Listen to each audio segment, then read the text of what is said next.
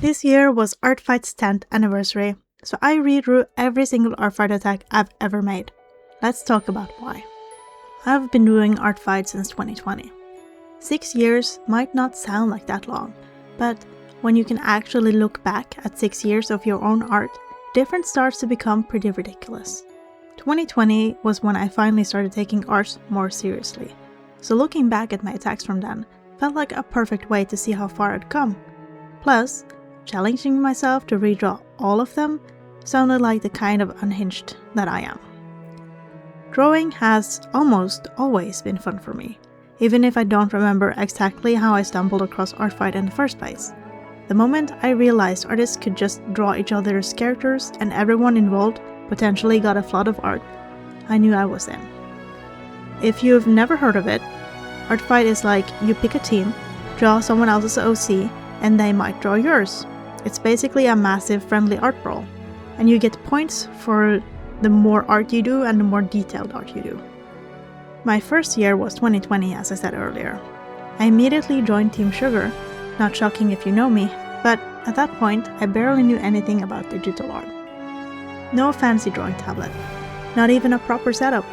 I drew everything on my aging Samsung Note 8, using Ibis Paint, and mostly just confusing myself going from pen and paper to that tiny phone screen was such a hassle. But old ArtFight attacks are still special to me. They show exactly where I was with my art at the time. I wasn't out to make portfolio pieces. I was just making stuff for the fun of it. I've talked about it before, but for me, the whole point of ArtFight is enjoyment. Otherwise, what's the point? Sometimes it was a character design I clicked with, other times just a pose or scene that popped into my head and I just had to get it down, even if it meant long hours tinkering with things that made zero sense. I jumped around with different styles, brushes, ways of coloring. Some pieces took ages while I poked every button, trying to get things to work. Some attacks I cranked out while on the road. Seriously, let me paint a picture of me in the backseat of a car, bouncing around the mountains where I call home, doing my best not to make the line art super wobbly or chicken scratchy. Not recommended, but it's a memory. That's always been what ArtFight is about, for me. It gets me out of my comfort zone, so that I can do things outside of drawing my own OCs or fan art or anything like that. It's a chance to try something new every year. My first challenges were simple. Could I draw that character? Could I draw faster next time? Could I animate one? What about backgrounds? Backgrounds are brutal, by the way. So last year, that was my challenge. I forced myself to work out environments, compositions, made myself stop letting characters just float in space. And the thing is, I actually enjoyed ArtFight way more. Once I made it less about racking up points and more about participating, and more about practicing something I struggled with, the whole event got a lot more rewarding. So this year I wanted a new challenge. I noticed something about myself. I'm quick when it comes to art, but big projects can lock me in a feedback loop. You know, when you keep seeing the potential, keep tweaking instead of just finishing. I am not a perfectionist in the sense that everything has to be flawless, but I don't always know when to stop. The background challenge was torture that way. So this time, I flipped it. Do what I'm comfortable with, but shake up the way I approach it. The idea just hit me. What if I redrew every single ArtFight attack I've ever made? Drawing a ton of characters sounded fun, and if I'm being honest, made for a pretty juicy YouTube video. Turns out, before this year, I'd racked up 164 attacks. 6 years, 164 drawings. I convinced myself it was doable, but I still needed some ground rules to make it manageable. Problem 1. People leave ArtFight. Some accounts go inactive. Some folks vanish, and you can't attack someone who's not there. So I had to drop a few from my list, even if it stung a little. Those pieces are still part of my history, even if the original artists never get to see the redraw. Problem 2. Characters change or disappear. Sometimes people archive or delete their OCs, and I'm left scrambling. I'd either pick a new character I liked from their profile or just go with whatever was closest. Not a perfect match for the old attack, but that's part of ArtFight vibe. It's always about making something for another person, even if things change. As for the redraw itself, with 164-ish to do, I needed consistency to keep from getting swallowed alive by the project. I didn't allow myself full rendering, epic backgrounds, or animations this time. No special effects, no custom music, and yes, one year I had a friend compose tracks for my attacks. This time, one full body illustration per character, colored lines, one gradient for shading. Super simple, and thank goodness, because that's the only reason I finished. Focusing on just the essentials made me pay more attention to what actually matters. The pose, the energy, and the passion. The tiny design choices that make someone's OC theirs. All the little elements that make a character instantly recognizable. And having that limitation, being forced to just get it done, showed me something I never really noticed about growth in art. People say improving is all about learning anatomy, perspective, color theory, all the classic stuff. I'm sure it matters. But experience teaches you something else. You get better at seeing what's actually important about the character. Beginners want to draw every detail, but after a while you start to zero in on what makes the character tick. When you have to redraw 164-ish attacks, you simply don't have time for perfection. You trust your instincts and move. Going through my first few redraws was weirdly nostalgic. I started on my phone, right back where it all began. Those old attacks felt huge when I drew them. I'd pour hours into them, and in hindsight, they weren't technically impressive. But it's when digital art became more than a throwaway hobby for me. Suddenly I could make art wherever, whenever. No art desk needed, no expensive stuff. Just open the app on my phone and go. There's always this myth that you need the perfect setup to start making digital art. Don't get me wrong, good tools help, but the biggest leap I made wasn't when I upgraded. It was all those hours spent drawing, no matter what I was using. Sure, better tools made things easier, but they didn't magically teach me how to draw. One big turning point for me was meeting other artists when I went to college. Suddenly, I was surrounded by people who got it, some with actual art education, someone who felt miles ahead of me. At first, it felt like I was behind, but it was also motivating. I saw their skills, realized they just put in the work, and if I did the same, maybe I'd catch up. That's when I started trying everything. Markers, digital painting, comics, animation. ArtFight encouraged that experimentation because it wasn't a huge commitment. Just 1 month to dive into something new, improve a specific skill, make mistakes, and learn. I keep going back every year for that, being able to look back and really see I'm not the same artist I was last July, or the July before that. At some point, art stopped being just about making a cool picture and started being about creating something bigger. With animations and comics, every drawing had to mean something. A moment, a character, a story, not just a nice pose. That switch took me ages, because for a long time my brain only cared about what looked cool, not what made sense. But I also felt like they had to be used for something, like a YouTube video or a portfolio. But that's another conversation, and I talk more about this in my YouTube video called Let Art Be Dumb, which I have linked in the description. Okay, shameless plug done. Let me tell you about when I really got into animation for the first time. I'd approach each shot like a collection of impressive drawing, make one scene, finish it completely, then stress about what I should do next. I'd draw a cool walking animation, line it, color and render it, and then move to the next scene and wonder what should happen next. This is not how you make an animation, but we all start somewhere, right? Talking to other artists helped a ton. Being able to share rough stuff, ask if it made sense, get feedback. Art can be isolating. You can obsess over something for days and lose all sense of how it actually reads. So that outside perspective is gold.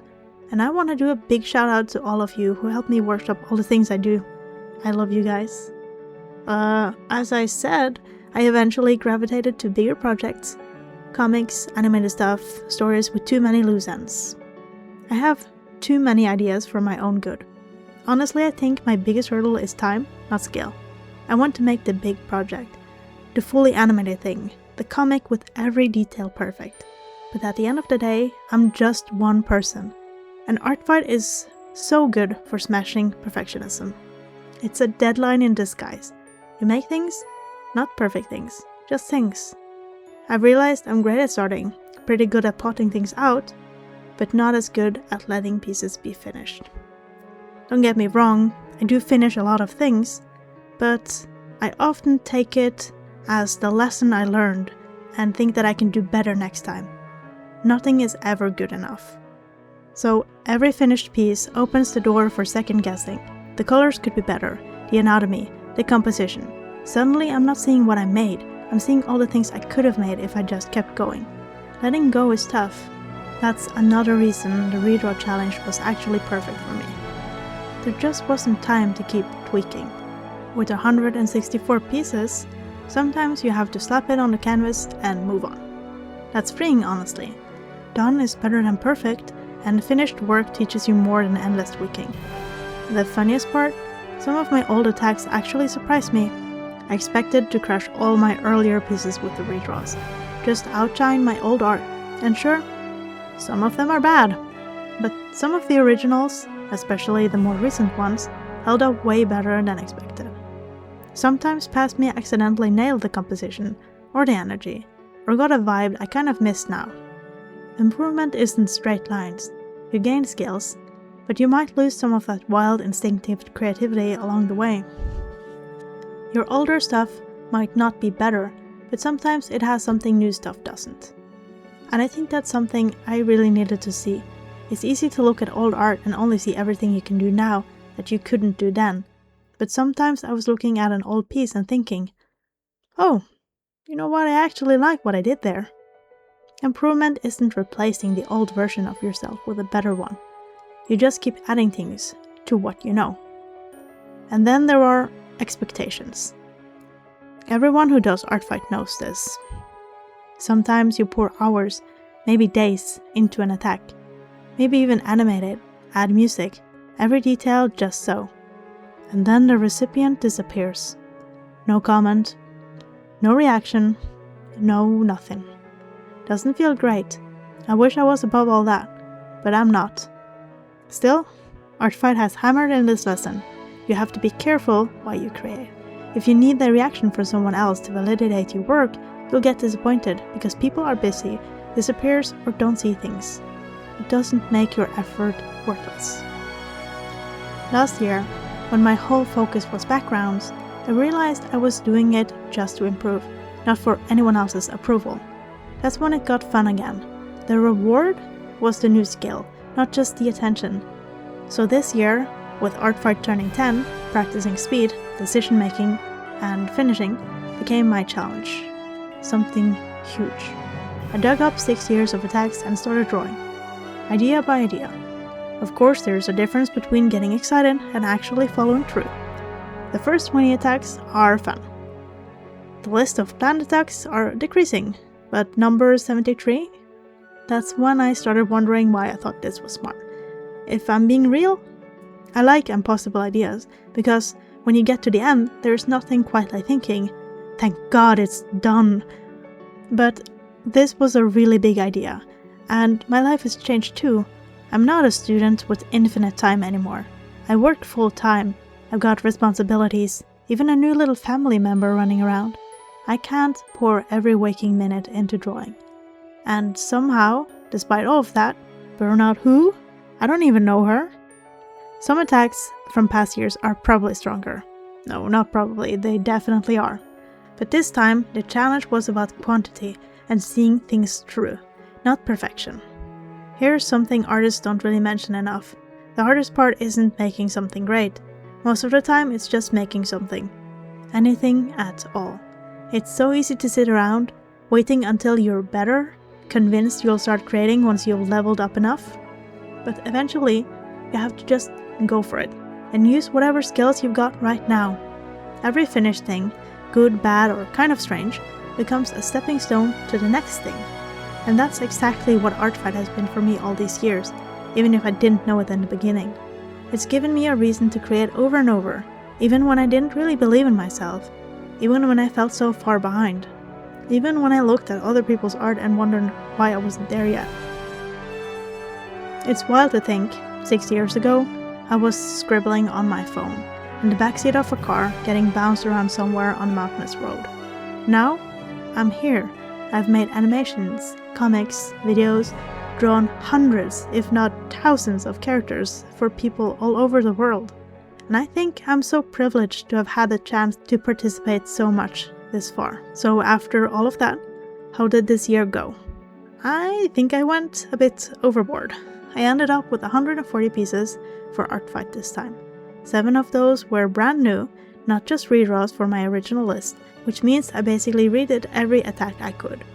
And just to make that number a little bit more ridiculous, I was actually unavailable to draw for 10 of the 33 days of ArtFight. So it's just a huge pile of characters now. Fairies, humans, dragons, some Pokemon, D&D characters, slug cats, ponies, a weird-ass sea creature, and so many more. And my point total? I had no idea until I went back to check for the script. 5,247 points. Not that I was really keeping track this time, but I like to think that maybe that helped Team Comedy out this year. Did it actually make a difference? No clue. But I had fun, and that's what matters most. ArtFight isn't perfect. It can get pretty frustrating. You pour time and effort into something, and sometimes people don't respond. Sometimes your attacks gets missed, or you sit there wondering why you devoted so many hours to this weird little drawing war. But in the middle of all of that, there are some fantastic moments. There are people who get hyped about your stuff. There are folks who surprise you by drawing your characters in ways you never expected. Sometimes you make a friend because someone liked your silly little OC enough to draw them. And sometimes, ArtFight sucks. So drawing for people and having it be a positive feedback when they do respond is very nice. And having a challenge too to fall back on makes the whole thing perfect. So, did you spot your character in the video? Did you join ArtFight this year? Or maybe you got your own weird personal challenge you tackle annually like I do? I want to hear about it. I think one of the best parts about making art is that everyone finds their own weird ways to grow. For some people it's drawing backgrounds. For some it's making animations. For me, apparently it's redrawing 6 years of old art because of one chaotic idea I had. Anyway, thanks for watching. I hope to see all of you back for ArtFight next year. Sully out.